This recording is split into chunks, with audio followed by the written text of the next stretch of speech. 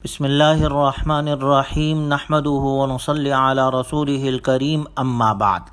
سیرت النبی صلی اللہ علیہ وسلم کا درس نمبر 67۔ سب سے پہلے ہجرت کرنے والے صحابی اور مسلمانوں کے لیے اس میں پیغام۔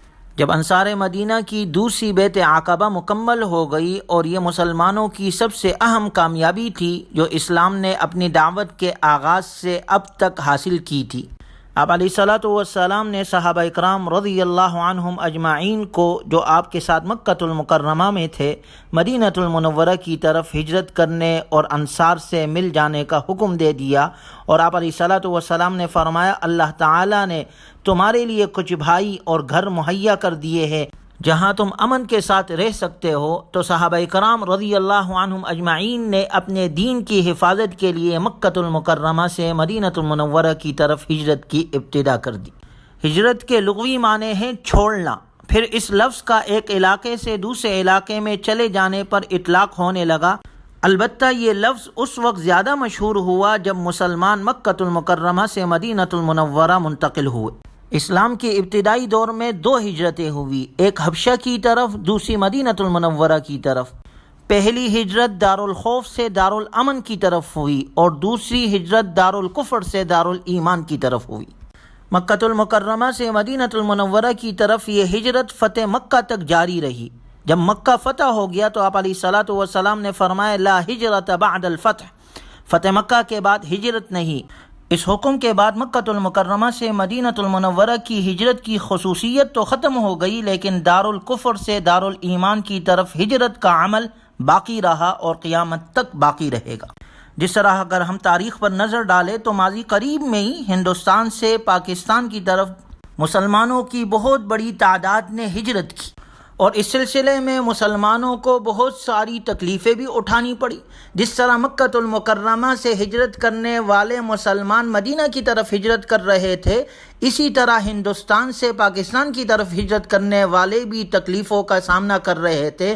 دیکھا جائے تو مکے کے اندر بھی مشرکین بتوں کی عبادت کرتے تھے، اور ہندوستان کے اندر بھی ہندو لوگ جو ہے وہ بتوں کی عبادت کرتے ہیں۔ مکۃ المکرمہ سے ہجرت کرنے والے مسلمان اپنی دین کی حفاظت کے لیے مدینہ المنورہ گئے، ہندوستان سے ہجرت کرنے والے مسلمان اس پاک سرزمین پر آئے اپنی دین کی حفاظت کے لیے۔ اور پھر اللہ کا نظام دیکھے، پوری دنیا کے اندر دو ریاستیں ایسی ہیں جو اسلام کے نام پر بنی ہے۔ مدینہ المنورہ کی ریاست بھی اسلام کے نام پر وجود میں آئی اور اسلام کو عروج ملا، اور اسی طرح ہمارا یہ وطن، یہ پاک سرزمین، اس کا وجود بھی اسلامی بنیادوں پر بنا ہے۔ یہ اسلامی ریاست کے نام سے یہ ملک وجود میں آیا ہے، اس میں رہنے والے باشندے اسلام کے نظریے پر اپنی زندگی گزارتے ہیں۔ گویا دنیا عالم میں یہ دو سلطنتیں ایسی ہیں، دو ریاستیں ایسی ہیں جو اسلام کے نام پر وجود میں آئی ہے، اور دونوں کی طرف ہجرت کرنے والے لوگ مسلمان صرف اس لیے انہوں نے ہجرت کی۔ اللہ نے قرآن میں ذکر کیا، مکے والے مکے سے صحابہ نکالے گئے، مشرکین نے نکالا، الذین اخرجوا من دیارہم بغیر حق الا ان یقولوا ربنا اللہ۔ ان کے نکالنے کی وجہ یہ تھی، وہ کہتے تھے ہمارا رب اللہ ہے۔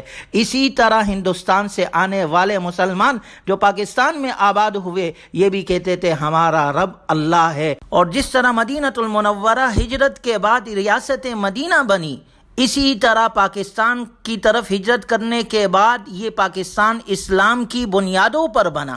کیوں کہا جاتا ہے پاکستان کا مطلب کیا؟ لا الہ الا اللہ، اس کی بنیادوں میں اسلام ہے۔ اللہ تبارک و تعالی مدینے کی بھی حفاظت فرمائے اور ہمارے ارض پاک کی بھی حفاظت فرمائے، اور ان کو اللہ اسلام کا قلعہ ثابت فرمائے۔ چنانچہ جب ہجرت مدینہ کا سلسلہ شروع ہوا تو صحیح بخاری میں ہے کہ سب سے پہلے مدینہ المنورہ کی طرف ہجرت کرنے والے صحابی حضرت مصعب بن عمیر رضی اللہ تعالی عنہ ہیں، جبکہ ابن ہشام نے ابو سلمہ مخزومی رضی اللہ تعالی عنہ کا ذکر کیا ہے کہ سب سے پہلے انہوں نے ہجرت کی۔ حافظ ابن حجر رحمہ اللہ نے ان دونوں باتوں کو اس طرح جمع کیا ہے کہ مصعب بن عمیر رضی اللہ تعالیٰ عنہ حضور صلی اللہ علیہ وسلم کے حکم پر انصار کو دینی تعلیم دینے اور مستقل سکونت اختیار کرنے کے لیے مدینہ المنورہ گئے تھے۔ جب انصار مدینہ نے آپ صلی اللہ علیہ وسلم سے معلم کا مطالبہ کیا تھا، جبکہ ابو سلمہ رضی اللہ تعالیٰ عنہ مستقل رہائش کی غرض سے مدینہ المنورہ نہیں گئے تھے، بلکہ مشرکین سے بچاؤ کے خاطر گئے تھے اپنی دین کی حفاظت کے لیے، لہٰذا یہ دونوں حضرات اپنی اپنی جگہ اولین مہاجرین میں سے۔ حضرت سلمہ رضی اللہ تعالی عنہ اپنی اور اپنے خاوند کی ہجرت کے سلسلے میں اپنے ایمانی جذبے کا تذکرہ یوں فرماتی ہے کہ جب ابو سلمہ نے ہجرت مدینہ کا فیصلہ کر لیا تو مجھے اور میرے بیٹے سلمہ بن ابی سلمہ کو اونٹ پر سوار کیا اور سفر شروع کیا۔ اس دوران ہمیں بنو مغیرہ کے آدمیوں نے دیکھ لیا، وہ فوراً ابو سلمہ رضی اللہ عنہ کے پاس آئے اور کہنے لگے، جہاں تک تمہاری ذات کا تعلق ہے ہم تمہارے معاملے میں بے بس ہے، لیکن یہ جو تمہاری بیوی ہے یہ ہماری لڑکی ہے، ہم اسے کیسے چھوڑ سکتے ہیں؟ انہوں نے مجھے پکڑ لیا۔ اس پر ابو سلمہ کے گھر والوں کو جب پتہ چلا کہ جب تم لوگوں نے اس عورت کو ہمارے آدمی سے چھین لیا تو ہم اپنا بیٹا اس کے پاس رہنے نہیں دیں گے، چنانچہ فریقین نے اس بچے پر کینچا تانی کی جس سے اس کا بازو اکڑ گیا، اور ابو سلمہ رضی اللہ تعالی عنہ کے قبیلے والے اسے لے گئے اور مجھے بنی مغیرہ اپنے ہاں لے گئے۔ اس طرح ماں، باپ اور بچہ سب ایک دوسرے سے جدا ہو گئے۔ ابو سلمہ رضی اللہ تعالی عنہ کے لیے یہ کس قدر آزمائش کا موقع تھا، اس کا اندازہ صرف وہی کر سکتا ہے جسے کبھی ایسی آزمائش میں پڑنے کا اتفاق ہوا ہو، لیکن ابو سلمہ رضی اللہ تعالی عنہ نے اپنے عمل سے قیامت تک کے آنے والے انسانوں کو سبق دیا کہ مسلمان اپنی دین کی حفاظت کے لیے ہر چیز کی قربانی دے سکتا ہے۔ بیوی بھی صرف بیوی نہیں بلکہ ایک مؤمنہ بیوی ہے۔ مؤمن والدین کی آغوش تربیت میں پلنے والا بچہ بھی یقیناً مؤمن ہی ہونے والا ہے۔ بیوی اور بچہ دونوں محبوب ہے۔ آج یہ دونوں ابو سلمہ سے چھین لیے گئے، مگر تحفظ دین کے خاطر ابو سلمہ رضی اللہ تعالی عنہ نے اس کی کوئی پرواہ نہیں کی، اور کمال یہ ہے کہ بیوی بھی تحفظ دین کا وہی جذبہ رکھتی تھی، اس لیے وہ بھی اپنے شوہر کو روکنے کے لیے اس نے کوئی کوشش نہیں کی۔ دونوں ایک دوسرے کو حسرت کی نگاہ سے دیکھتے ہوئے رخصت ہو گئے۔ ابو سلمہ رضی اللہ تعالیٰ عنہ ہجرت کے لیے روانہ ہو گئے۔ سلمہ رضی اللہ تعالیٰ عنہ کو ان کے خاندان والے لے گئے، اور بچے کو ان کے خاندان ابو سلمہ رضی اللہ تعالیٰ عنہ کے خاندان والے رہ گئے۔ گویا یہ تینوں ایک دوسرے سے جدا ہو گئے، اور شوہر، بیوی اور بچے کو کسی کو کچھ نہیں معلوم کہ ایک دوسرے کو پھر کبھی دیکھ سکیں گے یا نہیں۔ دیکھا جائے تو شوہر کے خاطر بڑے سے بڑا سفر ہو سکتا ہے، لیکن کون سا جوڑا ایسا ہے جو ایک دوسرے سے محض اللہ کے لیے جدا ہو کر سفر اختیار کر لے؟ چنانچہ ابو سلمہ رضی اللہ تعالیٰ عنہ کا ایمان بیوی بچوں کی محبت پر غالب آ گیا، اور بیوی نے بھی شوہر کی جدائیگی پر صبر کر لیا۔ شوہر رخصت ہو گیا، اور سلمہ رضی اللہ تعالی عنہ ان کی بیوی ہر روز اس جگہ آتی جہاں سے رخصت ہوئے تھے۔ جب صبح ہوتی تو یہ ابتح کے مقام پر جا کر بیٹھ جاتی اور شام تک روتی رہتی۔ اسی حالت میں 1 سال گزر گیا۔ حضرت سلمہ رضی اللہ تعالیٰ عنہ فرماتی ہے کہ اچانک ایک روز میرے خاندان کا ایک آدمی وہاں سے گزرا تو اسے مجھ پر رحم آ گیا۔ اس نے بنو مغیرہ سے کہا، تم اس بیچاری کو جانے کیوں نہیں دیتے اور خواہ اس کے شوہر اور بیٹے سے اسے جدا رکھا ہے؟ تب انہوں نے کہا کہ اگر تو چاہے تو جا سکتی ہے، اور بنو عبد الاسد نے میرا بیٹا بھی واپس کر دیا۔ میں اپنے اونٹ پر سوار ہوئی، بیٹے کو گود میں لیا اور اکیلی سفر پر روانہ ہوئی۔ میں سوچ رہی تھی کہ جو کوئی راستے میں ملا اس سے گزارش کروں گی کہ مجھے میرے خاوند کے پاس پہنچا دے۔ جب میں تنعیم کے مقام پر پہنچی تو عثمان بن طلحہ رضی اللہ تعالی عنہ ملے۔ انہوں نے سلمہ رضی اللہ تعالی عنہ کو تنہا دیکھ کر پوچھا تو اسے حالات کی تفصیل معلوم ہوئی۔ سلمہ رضی اللہ تعالی عنہ فرماتی ہے کہ میں نے کہا، میں اپنے شوہر کے پاس مدینہ المنورہ جا رہی ہوں۔ پوچھا، تمہارے ساتھ کوئی ہے؟ میں نے کہا، لا واللہ الا اللہ وابنی ھذا، خدا کی قسم کوئی نہیں مگر اللہ تعالی اور میرا یہ بچہ۔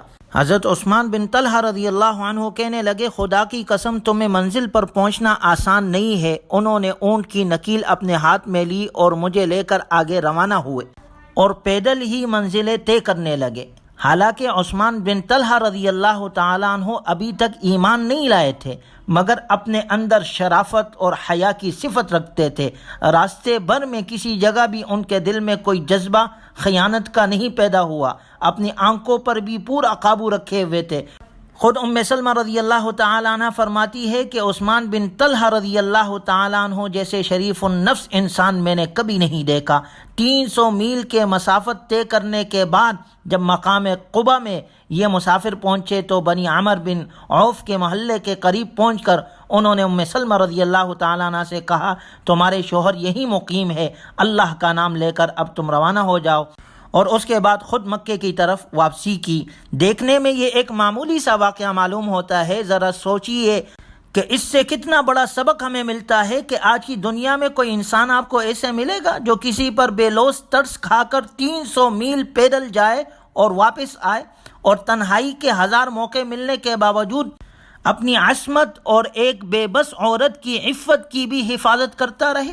دیکھا جائے تو اس وقت حضرت عثمان ایمان نہیں لائے تھے، لیکن ان کے اندر یہ اعلیٰ صفات موجود تھی، اور انہی صفات کی برکت سے انہیں صلح حدیبیہ کے بعد ایمان لا کر ہجرت کرنے کی توفیق نصیب ہوئی، اور فتح مکہ کے بعد کعبے کی چابی بھی ان کے ہاتھ میں آئی۔ یہ شرف اور مقام بھی اللہ نے ان کو دیا، اور قیامت تک ان کے خاندان میں یہ چابی چلتی رہے گی۔ گویا اللہ تبارک و تعالی نے کتنے سارے انعامات سے انہیں نوازا۔ آج امت مسلمہ کے لیے اس میں غور کا مقام ہے، کہاں ہے وہ ہمارے اخلاق، کہاں ہے وہ ہمارا کردار، کہاں ہے وہ نبی کی تعلیمات۔ آج تو 20ویں صدی کی اخلاقیات کا یہ عالم ہے کہ عورتوں کے عزتوں پر حملے ہوتے ہیں، عزتوں کو لوٹا جا رہا ہے، رہزنی کے واقعات عام ہو چکے ہیں، روز اخبارات کے صفحات اس کی زینت بنے ہوئے ہیں۔ کہاں ہے ہمارے اندر وہ صفات، جبکہ اس وقت کافروں میں یہ اخلاقیات اور یہ صفات پائی جاتے تھے۔ اللہ تبارک و تعالی ہمیں دین کی سمجھ عطا فرمائے، اور نبی صلی اللہ علیہ وسلم کی تعلیمات کے مطابق اپنی بقیہ زندگی گزارنے کی توفیق عطا فرمائے۔ وآخر دعوانا الحمدللہ رب العالمین۔